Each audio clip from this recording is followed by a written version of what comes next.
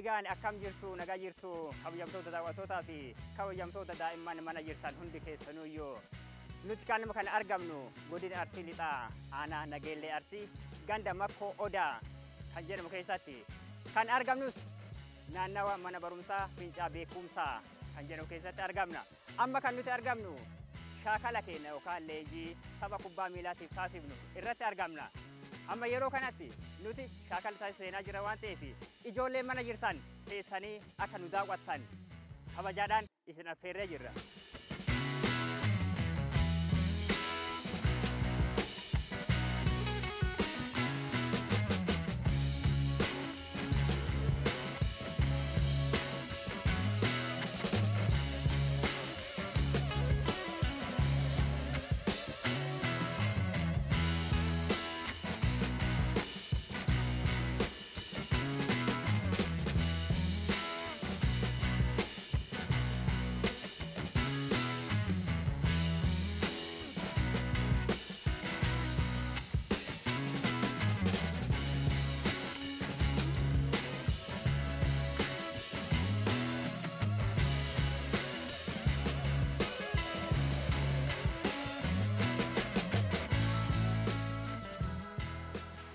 Egaan ijoollee sochiin kun kan fayyaduu fi qaamni keenya sirriitti kan hojjimuu fi qaamni keenya sirriitti akka jajjabaatuuf dhukkuba kamirraayyuu bilisa ta'uudhaaf sochii kana kan hojjannuuf.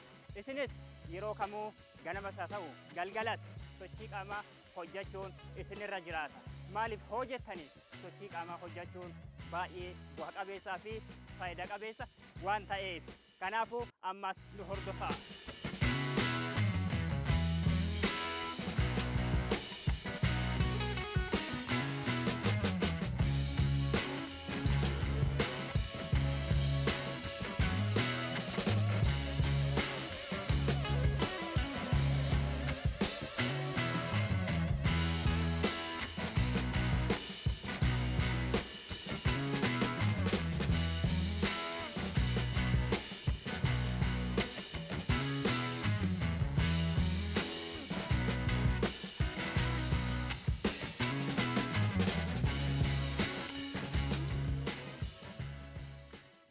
Egaan ijoollee sagantaan kun sagantaa ispoortiiti, sagantaa leenjii kubbaa miilaati. Hojiin kun hojii baay'ee bu'a qabeessa. Hojiin kun hojii nama gammachiisuu fi nama bashannansiisudha.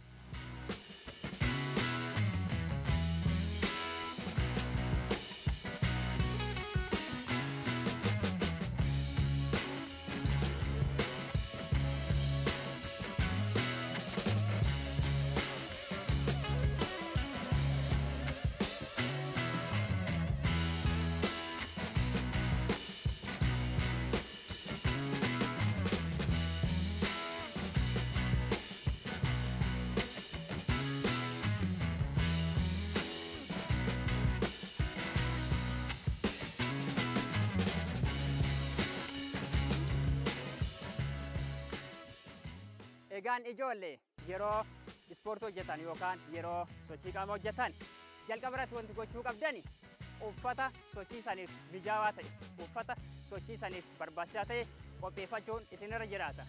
Inni lammaffaadha iddoo sochii sun itti hojjetamuu fi bakka shaakala san itti taasiftan filachuun isa lammaffaadha. Sadaffaan immoo yeroo sochii qaamaatti hojjechuudhaaf seentan jalqaba irratti qaama keessan sakatta'uu qabdu. Sakatta'uu qabdu jechuun keenya yeroo sochii qaamaatti hojjechuudhaaf seenu iddoo kamtu na dhukkuba, iddoo kamtu fayyaa naa qaba jettee qaama kan kee sakatta'u yookaan madaaluun sirra jiraata. Ergasii hoo gara ho'iinsa qaamaatitti seene qaama kee ho'ifachuutti seenta. Ergasanii sochii qaamaa kee yeroo ho'ifachuutti seentu isa salphaa irraa gara walxaxaatti deemta. Isa salphaa kan jennuun kanneen akka sochiilee sasalphaa qaama namaa hin miine hojjetamanidha. Ammas nu wajjin turaan affeerraa keenya.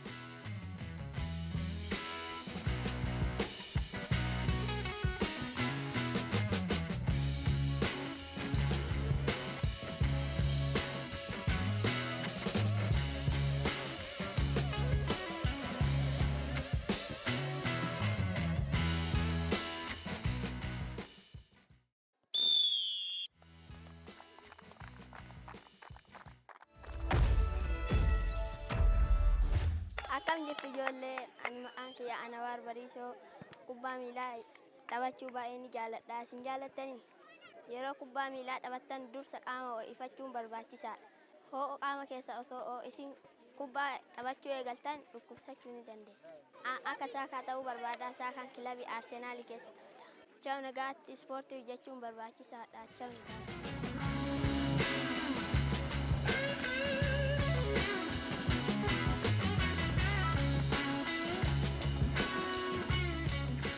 Akkam jirtu ijoollee, maqaan kiyya Kennaa Abdiisaan jedhama. Mana Barumsaa Sadarkaa Fincaan beekumsaa kutaan kiyya kutaa arfaffaa. Gareen kennaa katabachaa jiru Abdii Boruu jedhama. Ispoortii baay'een jaalladha, hojjechuun jaalladha. Lakkoofsi kiyya lakkoofsa 15 sararaan taphadhu sarara fuulduraan jedhama. Ispoortii hojjechuuf fayyummaadhaaf gaariidha.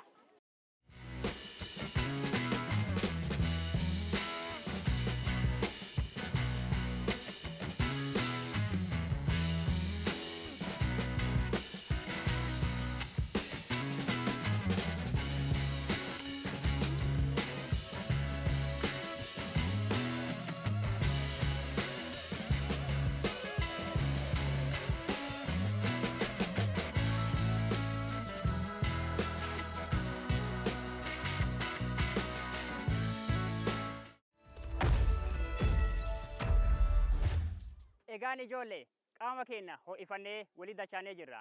Amma kan itti aanu dugdi keenya sirriitti kan hirkatuu fi dugdi keenya achitti kan hin gonne sochii armaan gadii kana hojjanna. Sirriitti na hordofaa.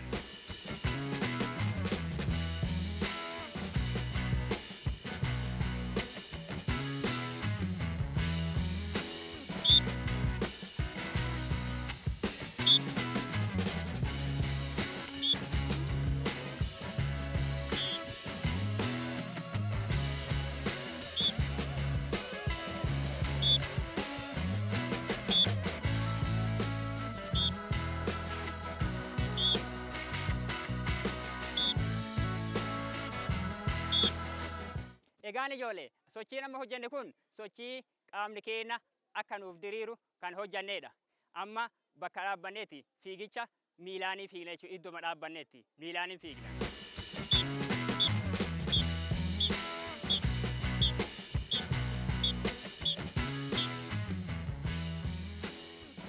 Egaan ijoollee sochiin keenya kun kan hojjechaa jirru amma dhiigni qaama keenya keessa jiru sirriitti sammuudhaa hanga miilaatitti akka nuuf dalagu sochii baay'ee gaarii ta'e hojjechaa jira. Sirriitti nu hordofaa.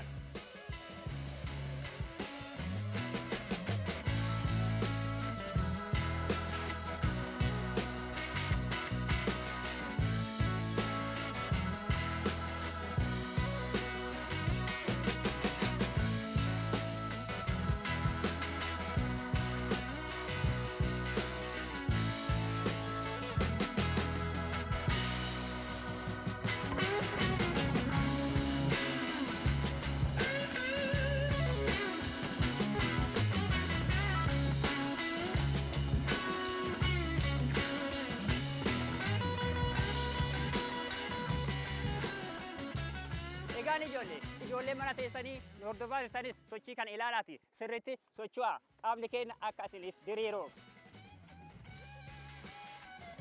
Ijoollee sirriitti hojjechaa jirtu jennee abdanna. Sirriitti hojjedhaa. Socho'aa sirriitti haala gaariidhaan hojjedhaa.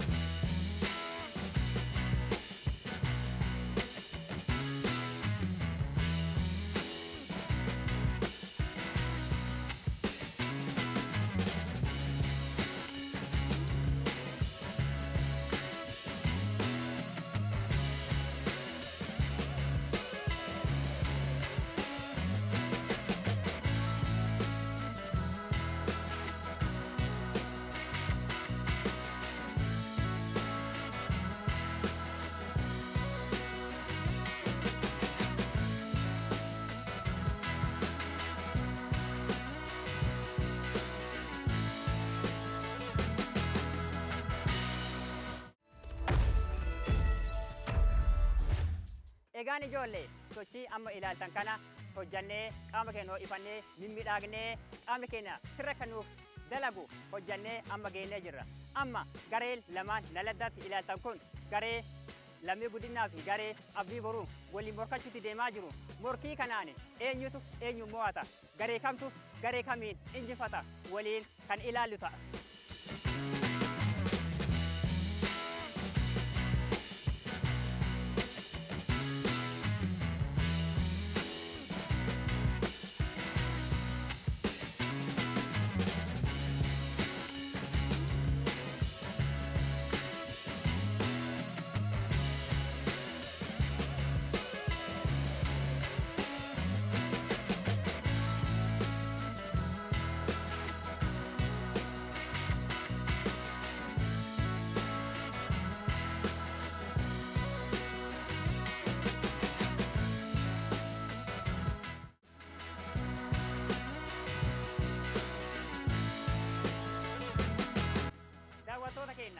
Egaan ijoollee mana teessanii hordofaa jirtan taphichi kunoo eegalee jira. Garee abdii guddinaa fi garee abdii boruu irratti taphichi jidduutti kan eegaleeru ta'a.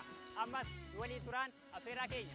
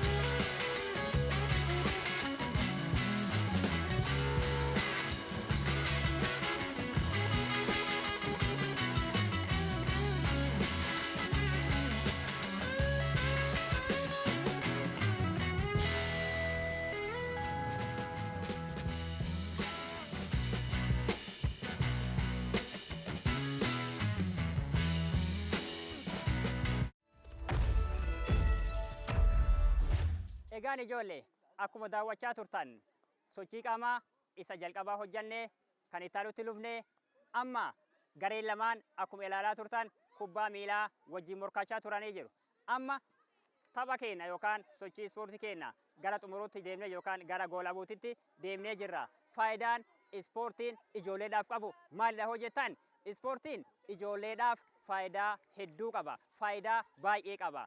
Innis ijoolleen umurii waggaa 7 kaasanii ispoortii hojjechuu yoo shaakalan yeroo guddatanis yeroo nam guddaa ta'anis qaamni isaanii sirriitti cimaa fi fooyya'aa ta'uu danda'a. Maarree akka nam guddoota yeroo ammaa kana dhibeedhaan hin saaxilaman. Qaamni isaanii dhukkubaaf hin saaxilamu. Fayya buleessa ta'u, jajjabaa ta'u, ciccimoo ta'u. Isinis ispoortii jalqabaatii osoo adda hin kutin yeroo kamiyyuu ganamas galgalas guyyaas yeroo kamuu sochii ispoortiitiin wal hin dhabinaa isiniin jenna. Kan nu daawwachaa jirtan hundumti keessanuu sochii keenya yookaan sagantaa keenya asirratti goolabnee jirra. Kanaaf ammas nagaan turaa sochii keenya xumurree jirra. Nagaatti isiniin jenna ijoollee.